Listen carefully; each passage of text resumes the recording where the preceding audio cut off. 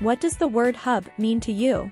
We think of hub as this center of activity, the place where all the action is happening. But hub is originally a word used in mechanics. It's a place where all the spokes meet in a wheel, making it incredibly important for how a bike functions. Hubs are important for coordination in any area of life and in a certain way. This is the key revelation behind the project that we're going to be talking about today. In this video, we're going to be explaining what Cosmos is, how it works, and what they're trying to achieve.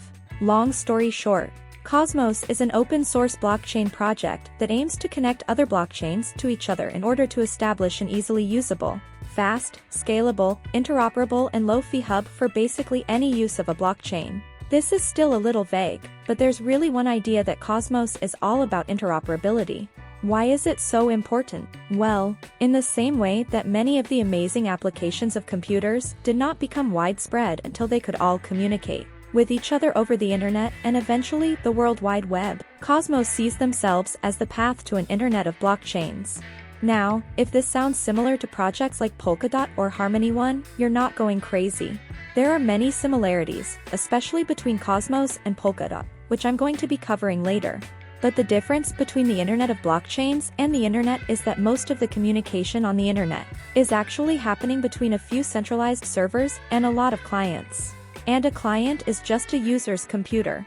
For example, millions of people use Twitter every day. But all of those unique users are all interacting with one centralized point for their data.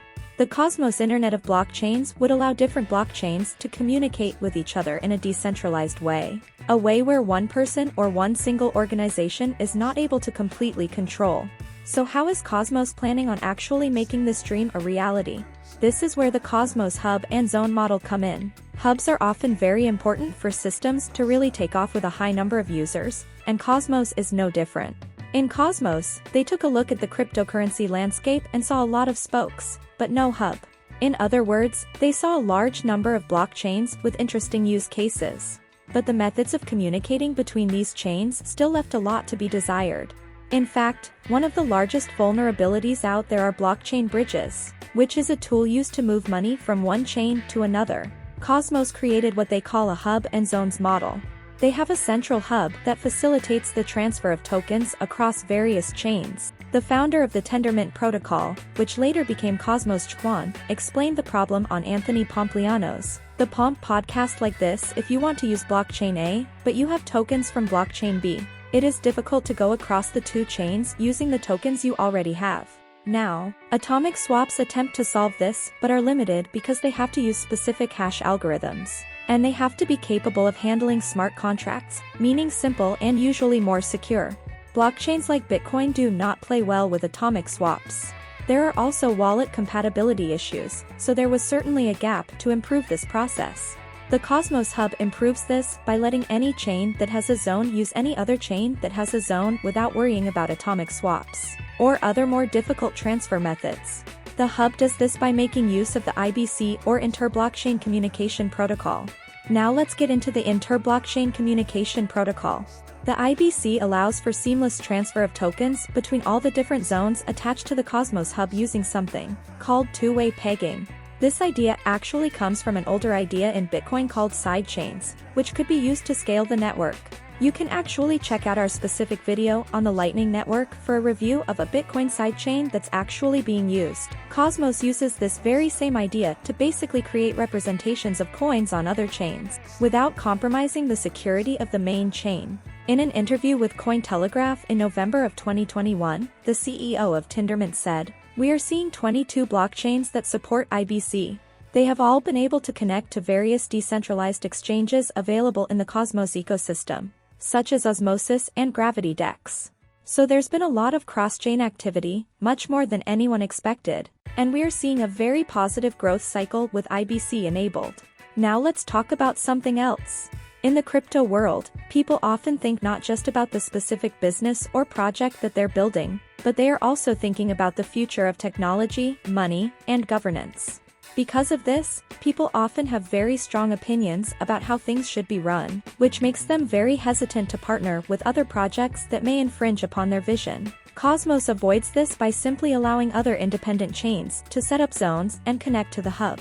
These other chains maintain their sovereignty and their governance structure, which is something we'll bring up later when discussing the differences between Polkadot and Cosmos. But there is a distinct difference of vision between lots of people in crypto. And one of these main differences is between mechanisms of consensus, or basically how the project can agree on future changes. Now, the original idea for Cosmos actually converges with a project called Tendermint, which differs from Bitcoin's proof-of-work consensus mechanism. Let's talk about Tendermint. Tendermint is the name of the original project created by Ethan Buchman and Žarko Milošević. As with Cosmos's overall goal, the main problem solved by Tendermint is smooth interoperability between blockchains. Now, they achieved this in the Tendermint protocol with a few different interesting features. Cosmos itself is a proof-of-stake blockchain, which means those who validate the blockchain have to prove that they have something at stake so that way they won't attack the network. You know, the usual lock your coins up if you want to contribute to the network. And if you're found guilty of making fraudulent transactions, we'll take those coins. At least, this is the model that other chains have started using as well. Tendermint is also designed to be Byzantine fault-tolerant, which is just a complicated way of saying that the network can work perfectly fine even if there are a fraction of bad actors. As long as less than 33% of the validating power, not just the total number of validators, but the total voting power is not Byzantine or acting unreliably, then the network is still secure. Now, it should be noted that this is a tad smaller than Bitcoin's 51%, so it's something to keep in mind. Technically, they do this by using a two-phase voting algorithm. Once 2/3 of validating power confirms a block, it is then added to the chain. This is partly what makes Cosmos so fast secure and can ensure interoperability. On the other hand, on a proof of work, blockchain users have to wait longer for the block to be confirmed, which makes it harder and slower to use, especially across devices like smartphones. This does come with a trade-off, though, as proof-of-stake chains are much easier to centralize in Cosmos, at least right now. The top 5 individual validators have over 25% of the voting power, and the top 10 validators have over 43% of the voting power. So Cosmos clearly has some interesting ideas, along with some potential issues. But how does this compare to projects like Polkadot, who aim to do something similar? The main way that Polkadot and Cosmos are similar is their end goal interoperability between blockchains, which is definitely a massive opportunity for whoever can get it right. The structural difference in how they support new blockchains is Polkadot's Layer 0 and Cosmos's SDK, or Software Developer Kit. These are each new ways of creating blockchains, but have different approaches to governance. For example, Cosmos lets creators take more control of their chain and create it how they want to. The tool is literally called a software development kit, where anyone can use their suite of tools to add to the Cosmos IBC. In fact, any project can be a part of the Cosmos IBC protocol, and they can retain sovereignty over their own chain. On the other hand, Polkadot requires more of a buy-in to their governance structure. Polkadot serves as Layer 0 and lets you build a Layer 1 parachain on top of the main relay chain. As you may have saw in our explanation of Polkadot, a huge feature of using their network is that they provide security features built into any blockchain that's created on the Polkadot network.